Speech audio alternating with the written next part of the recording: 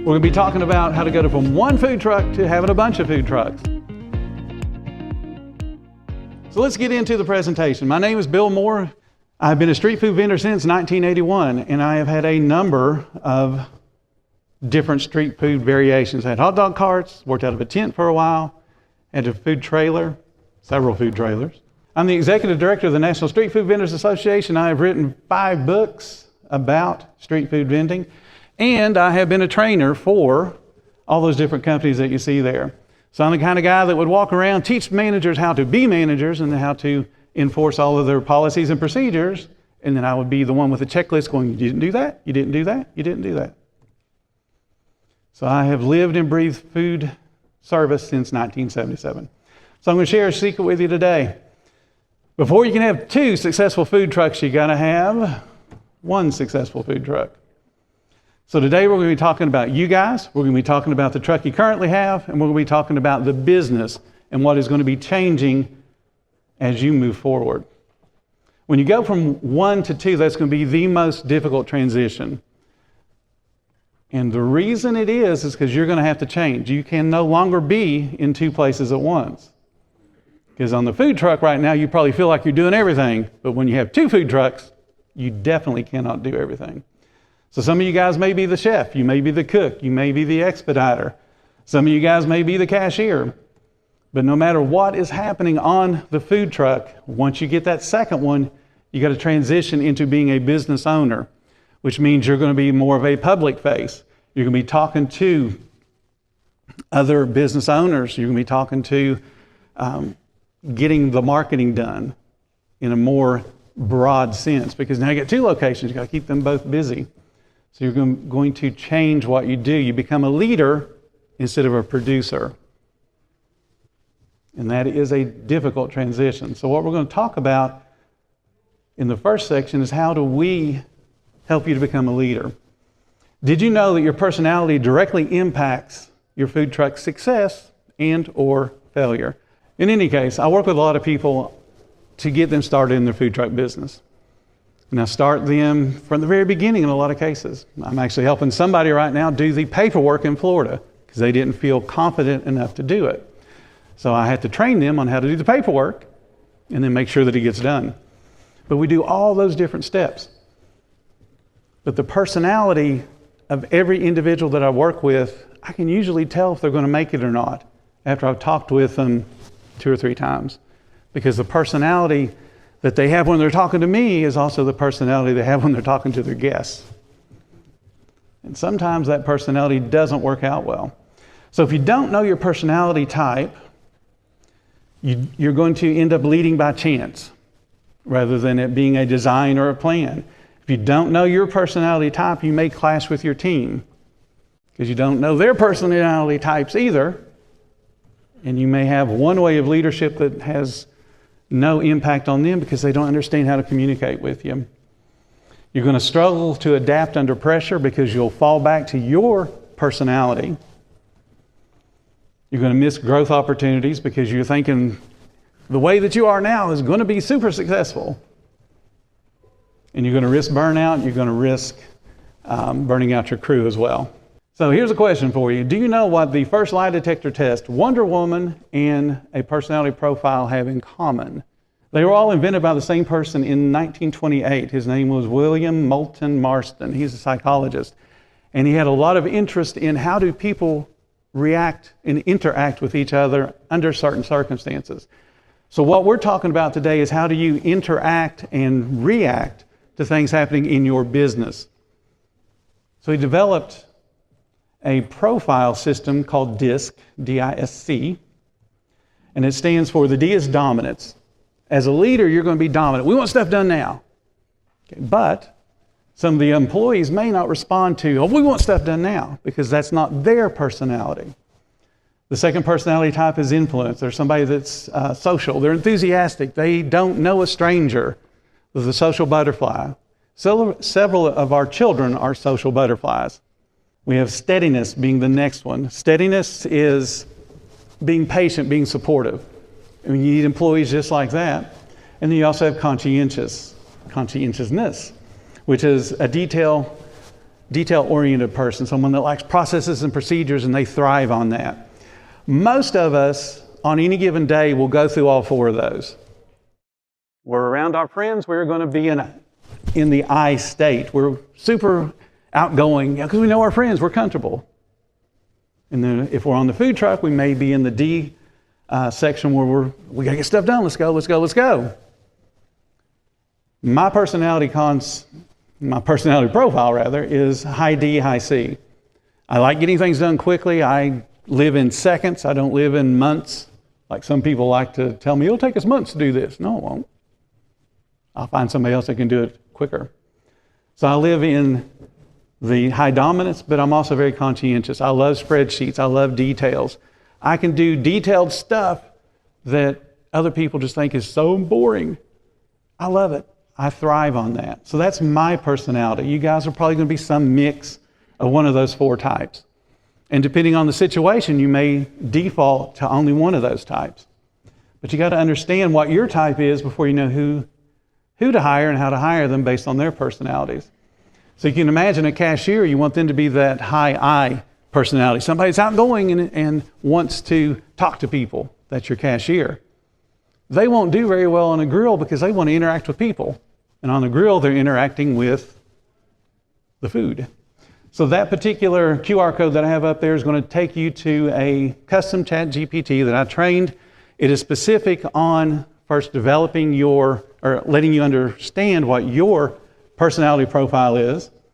And then it's going to help you develop a personal development plan so that you can improve yourself. So this is all free, and you guys will have complete access to that anytime you want. It is active now, and every time I take it, it shows me as high D, high C. That personal development plan is something that we had at many of the companies I work for. We always called it a PDP. It's going to help you identify and close any skill gaps. You don't know everything. I don't know everything. One of the books that I'm going to recommend you guys read is called Disney U. And I've followed Disney University for many, many years and still learn things about them. So you always are developing your skills. You're always learning new things. You will never know it all. You want to stay adaptable in a changing market. We know that food service changes all the time. That's the only constant, is it changes all the time. You'll become a better leader for your team, and that's what's important. Because remember, when you have 2 food trucks, you can't be both places. So you're dependent upon the team doing the job that you need them to do, and the team relies on you being the leader to help them through those difficult situations. You want to it'll help you to set goals that will help you build momentum for your business. This is something that one of the very first companies I worked for, they had us do. And I have done it ever since. So we're talking early 1980s, I was doing this, and have been doing it ever since. What it does is it gives you a roadmap to help you become the best version of yourself. And that's all you really want. You're not in competition with any other food truck. You're not in competition with anybody else. You want to be the best version of yourself.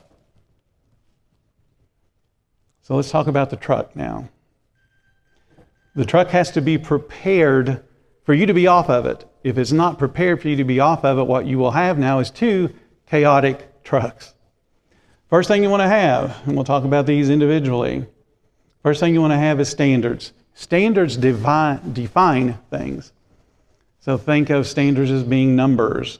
There are going to be times, there are going to be measurements, there are going to be weights, there are going to be specific and very vivid descriptions with understandable information for people to be able to look at.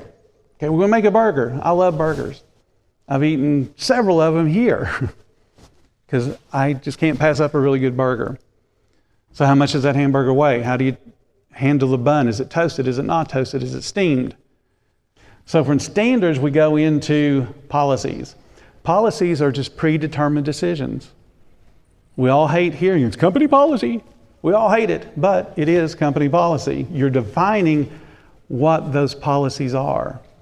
And a policy explains what happens if one of those standards isn't met. So you have the standard that every burger has to cook for 4 minutes. And then you have to temp the burger, and it should be 155 for 15 seconds. Okay, if it's not at that temperature, what happens? What do? The employee has to know what that policy is if the burger doesn't meet the standard. What happens if they don't put the mayonnaise on it? They need to understand how to handle that remake. So the policy is covering everything. And it's not only just the food, it's also going to be what happens if they're late? Are they late at 5 minutes? Are they late at 1 minute after their scheduled time? How do they call off work? Because again, you're not on the food truck, so somebody's got to be there to run it. So how do they call off? Do they call you? Do they call the person in charge of the truck? How many hours notification do they give? Is it 1 hour, 3 hours? It's the day before. So all of those policies help the employees know what their boundaries are. Just like the toddler, as they're walking around trying to do stuff and you're hollering, no, no, no, they're learning where the boundary is from the no, no, no. We don't want to have to yell no, no, no all the time on the food truck. We want them to be able to read the policy, know what it is, and then follow it. Policies deal with people, and the policies start to define your culture. Policies don't have to be mean. You will be terminated if you're 1 minute late. You go through the steps to help them improve, because that's your goal. You've already spent money to train them and hire them, so we want them to improve. There'll be some point, perhaps, that some people you do have to terminate and let go, but the initial goal should be to help them improve and get better. Just like you're on a personal development program for you to get better, you want them to get better too. Next one is procedures. This is the official and the correct way to do things. So if we had a flat top grill up here, and I said, everybody that's got experience cooking a burger, come up here and cook one for me. If there's 35, 40, 50 people in here that have that experience, I would guarantee you there'd be 35 or 40 different ways to cook the burger. Just because you hire somebody that says, hey, I worked at Wendy's to go cook your grill and run your grill doesn't mean that they're going to run it the way you want it to be ran. I worked at Wendy's, worked at Hardee's, worked at Burger King. They're all different. We all sold hamburgers. They're all prepared different. But I did never once say, we did it this way at Wendy's, let's do that here as well. So again, a procedure explains all the details required to achieve the standard and then to comply with any policy. Standards and policies are explained and or supported by procedures. If you've worked in a restaurant company, you've probably heard about the ops manual. The ops manual is just a big book of procedures. Systems is a fixed set of rules.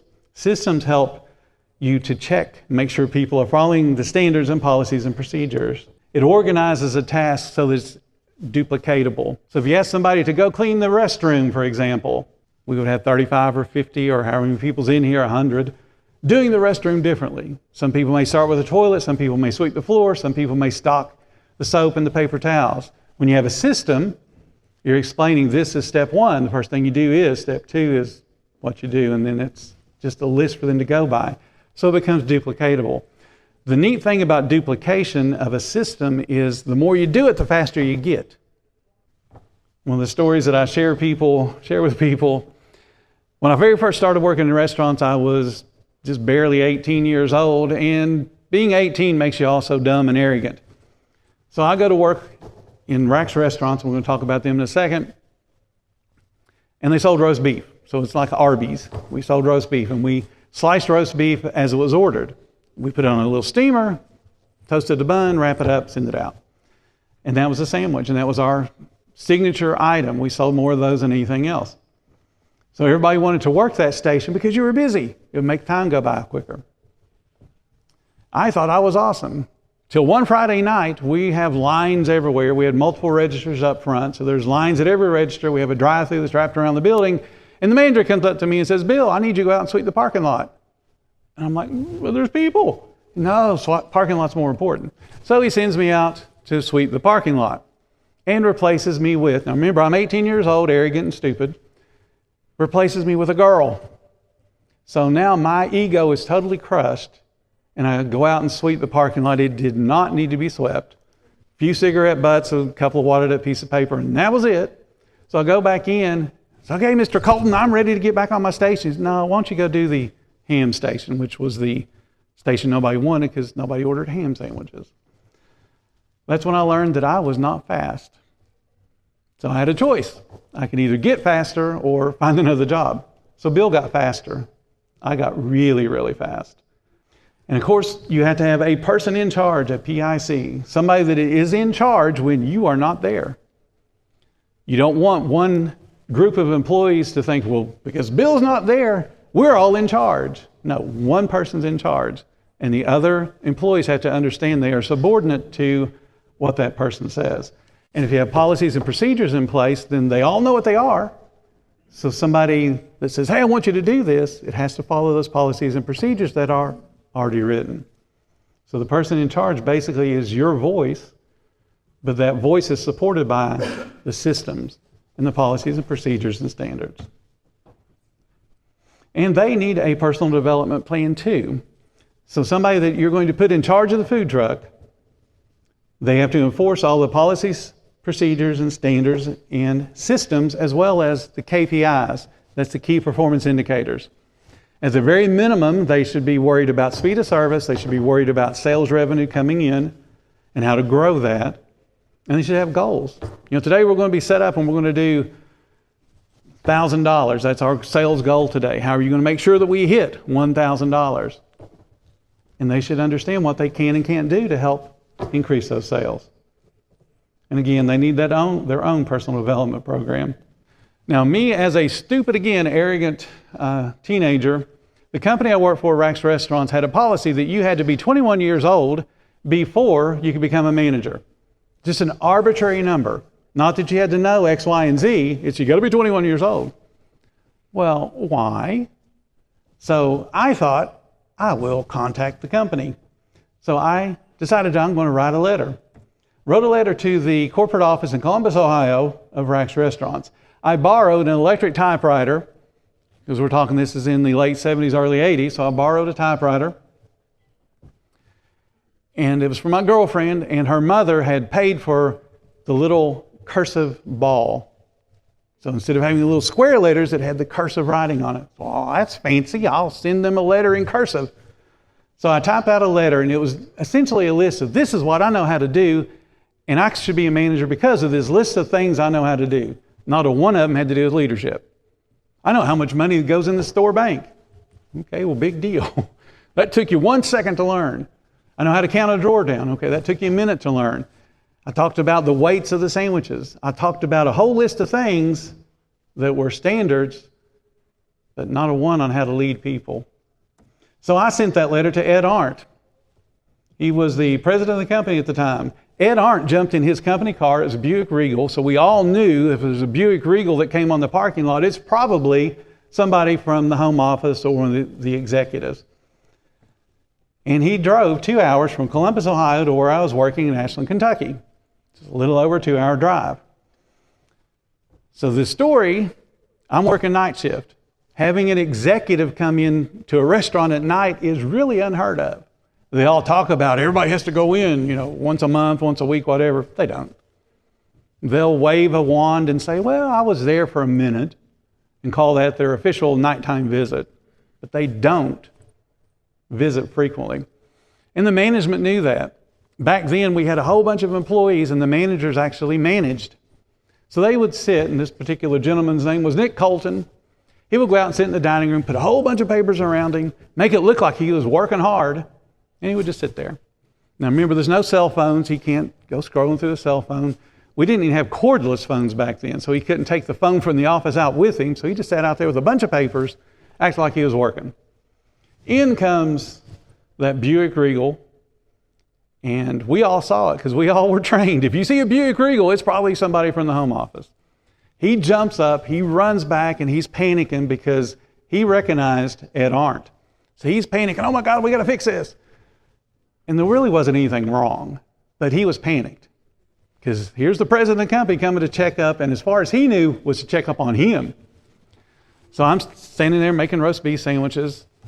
Ed Arndt walks through the line, goes to the office where Nick is sitting down, and Nick is panicking. And he says, you got a guy working tonight named Bill Moore? And he says, yes, we do. Where is he? So Nick comes out of the office, and he looks like the ghost of Christmas past. He's right there.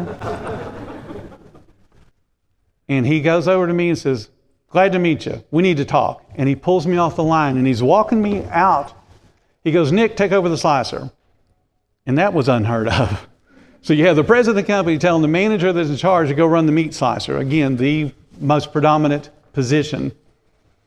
So we go out and sit and talk in the dining room for 3 hours. He interviewed me as if I was prepared. I was not prepared. Not even close. So he gets up after the interview and he goes, oh yeah, young man, you got me in trouble. I'm like, oh, how did I get you in trouble? He said, that letter, my secretary opened it up. She brought it in to me and says, you need to read this, but before you read it, I want you to buy me the same kind of typewriter that he's using. So fine, got you in trouble. The neat thing about that, though, is there's me as Gilligan again. I told you I was in the Virgin Islands. I'm in the 5th highest volume Wendy's in the world. So when you're in the Virgin Islands running a corporate restaurant, everybody makes an excuse to go visit that corporate restaurant.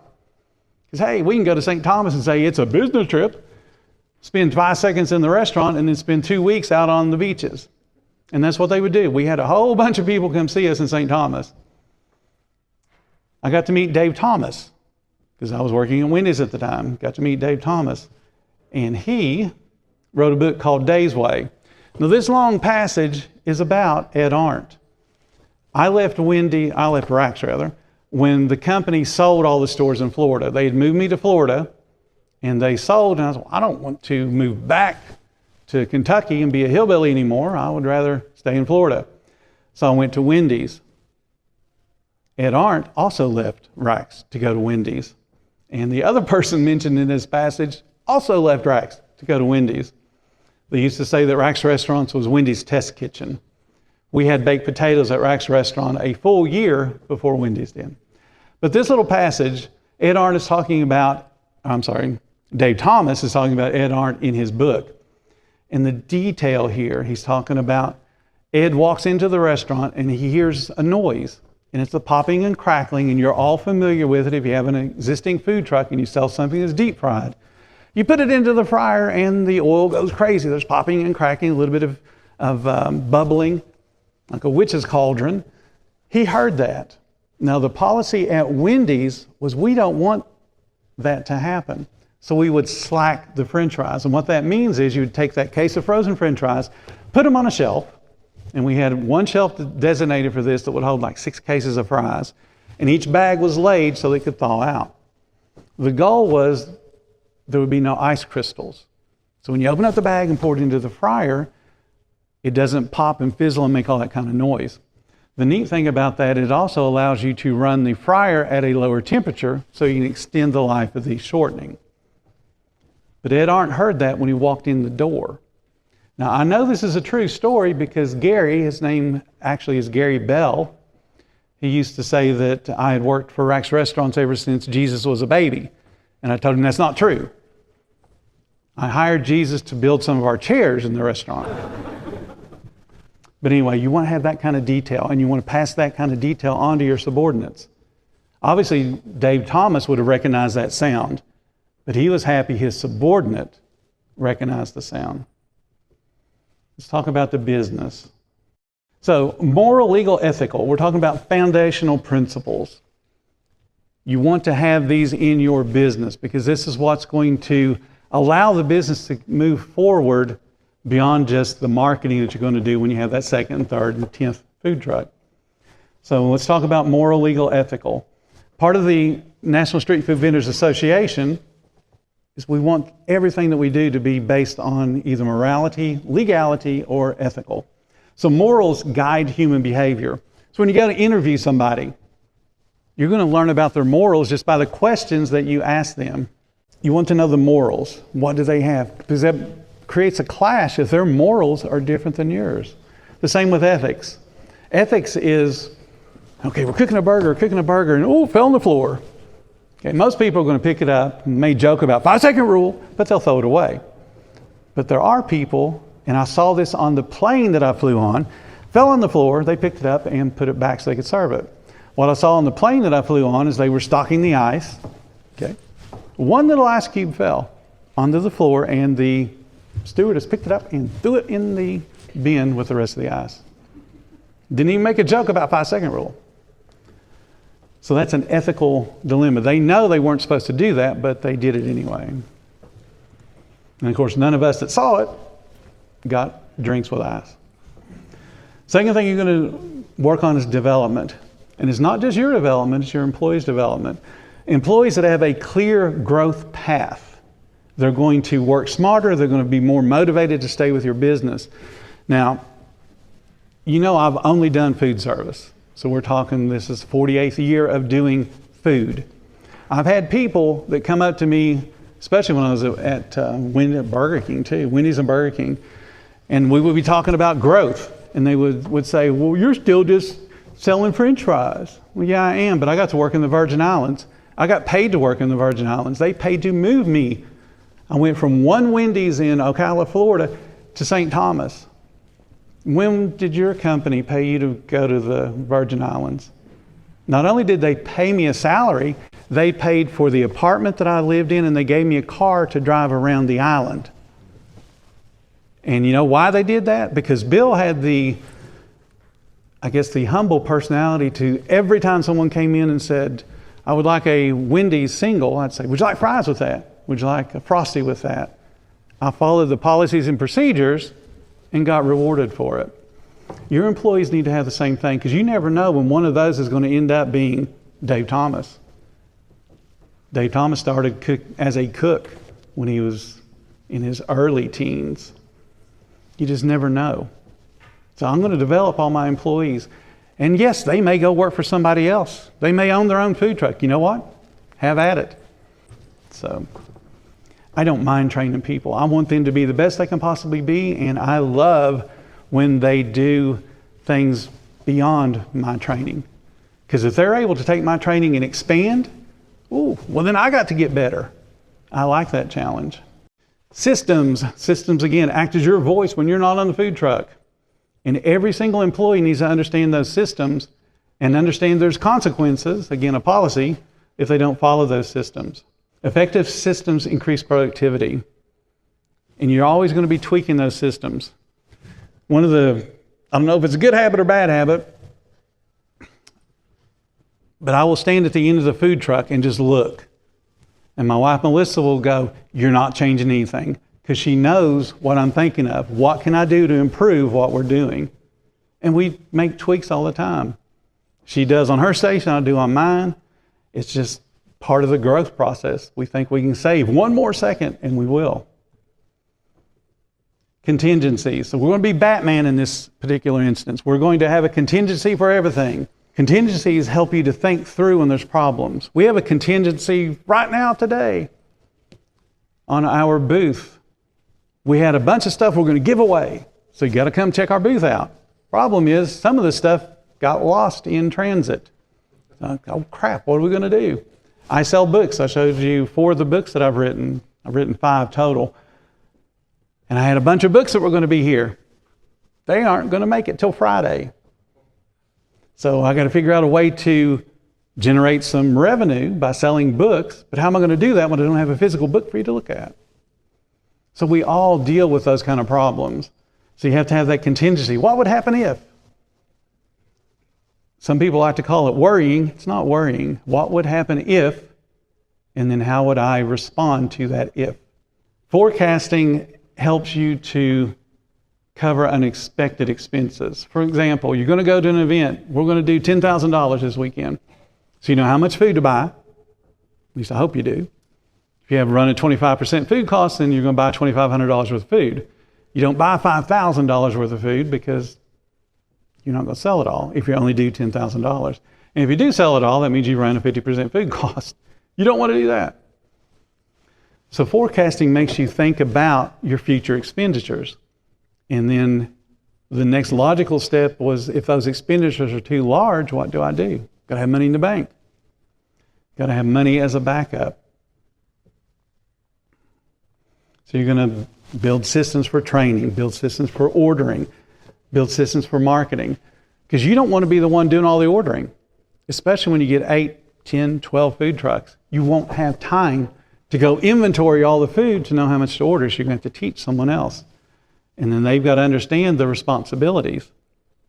Again, it comes back to, if you're going to do, just for the sake of easiness, $10,000 a week, you want to run a 25% food cost, the most amount of food you should order would be $2,500.